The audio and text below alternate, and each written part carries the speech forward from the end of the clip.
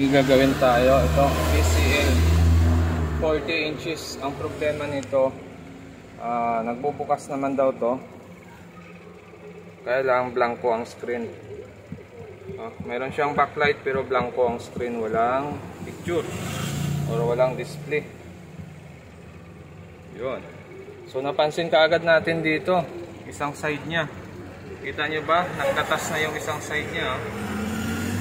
Nagkatas na yung liquid sa isang side. So maaring kung Ticon type ang gamit nito, pa-block lang natin yung side na ito, baka mag-normal siya.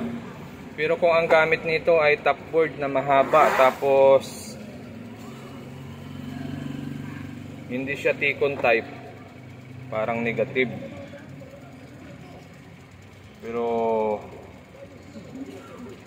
pwede rin ano. Tapos dito pa yung kanyang signal papunta sa side cup. Nako, tagilid. Pero ito frameless eh. Frameless siya eh. So maaari wala itong walang side cup. Wala talaga siyang side cup. So maaring Ticon ang ginamit niya dito. Ticon ng check na rin natin kasi meron ding top board type na walang side cup. Magkabilaan din yung clock signal. So try natin dito sa unit na ito. Okay, so positive nga no, yung ginamit niyang top board ay yung mahaba ano. So yung ganitong klaseng top board ay walang side cup, pero ang signal nito magkabilaan. May CKB dito, tapos mayroon din siya dito. So ito good yung side na ito, walang spot. Ang may problema, itong side may spot. So automatic yan. Kakat natin yung mga clock signal dito. Papatayin natin yung signal dito para hindi madamay yung signal sa kabila, para gumana yung isang side nito. So try natin kung magkaka-display pa ito. Ang panel na ginamit ay Innolux. Tapos kunin natin yung number. Ito nakalagay dito number. Wala po. Yan ang nakalagay. Sa iba, wala na ako makitang number. Okay. Dito sa kabila, ganun din. Ito. Ito ang nakalagay sa kabila. Yan. Made in Taiwan. Okay. So makikita natin dito, mayroon din siya dito clock signal. Pero ang clock signal niya dito ang dumina, no? Ang itim na, lilinisin na lang natin yan. Ito malinis pa naman. So ito dito yung may problema. So yan no, clock signal niya. Okay. 2468 walo. So gagawin natin yan, papatayin natin yung signal dito. Yun no. Mula dito parang nakasunog na yata siya. Hindi pa. So papatayin natin yung signal dito mula sa butas na yan. Tatanggalin na natin yan para wala nang papasok na supply dito dahil mayroon na siyang spot dito. Okay, so ito may tape pa yung cutter natin.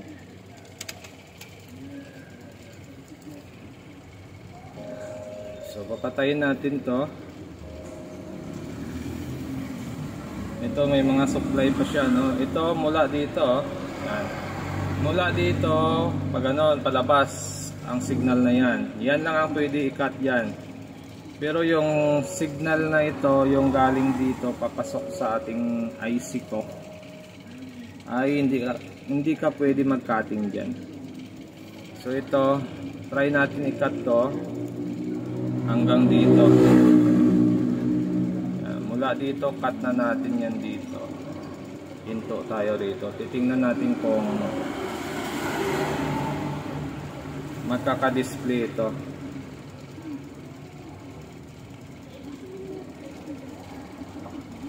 Kasi tagilid na yung mga ganitong problema. Mayroong spot yung glass.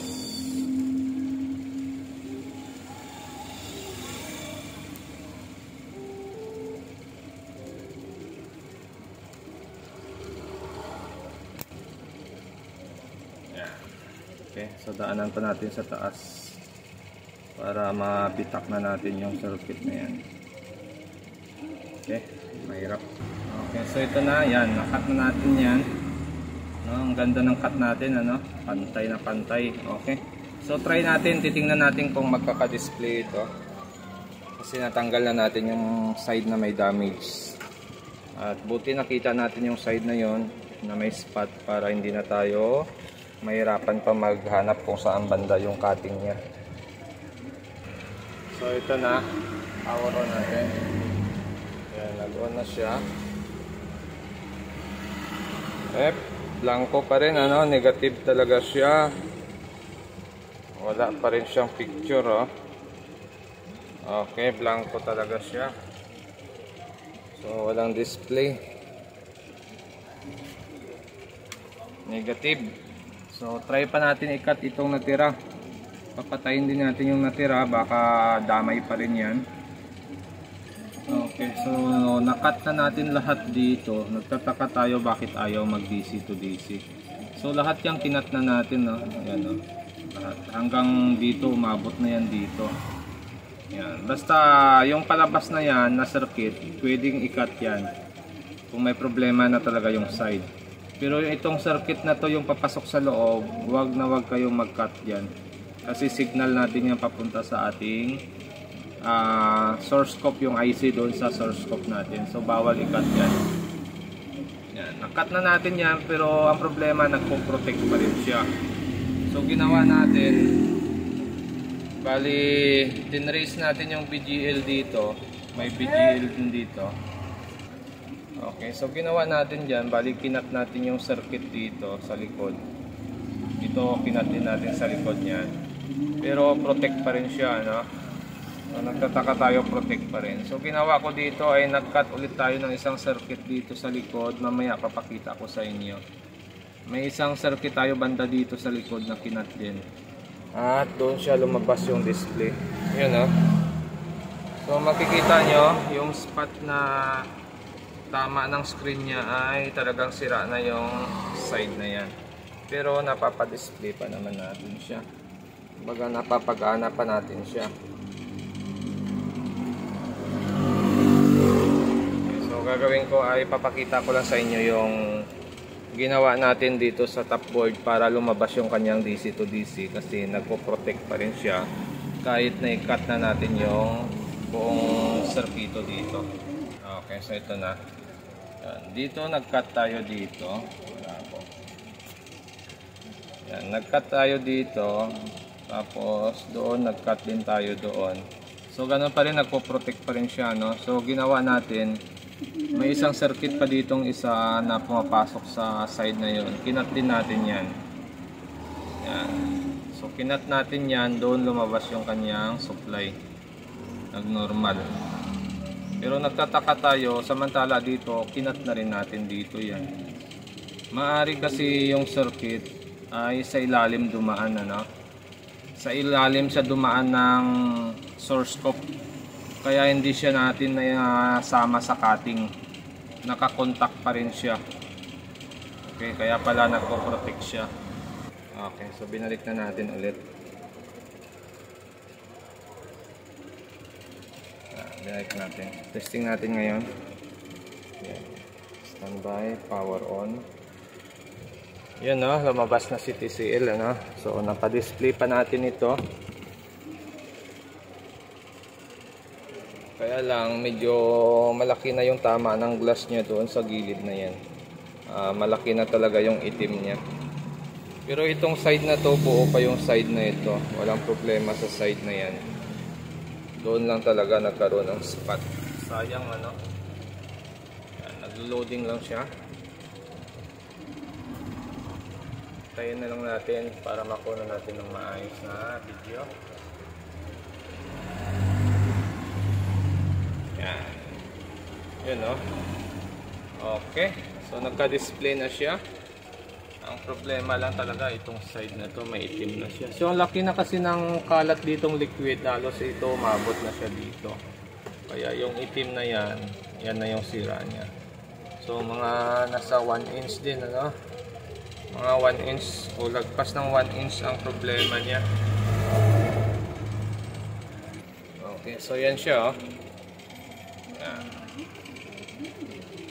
PCL. So nakuha pa naman natin sa repair, ano, kaya lang may itim na sa gilid. So pwede na ito. Pwede pa magpatyagaan yung problema nito. Pero ito pwedeng lumaki yan.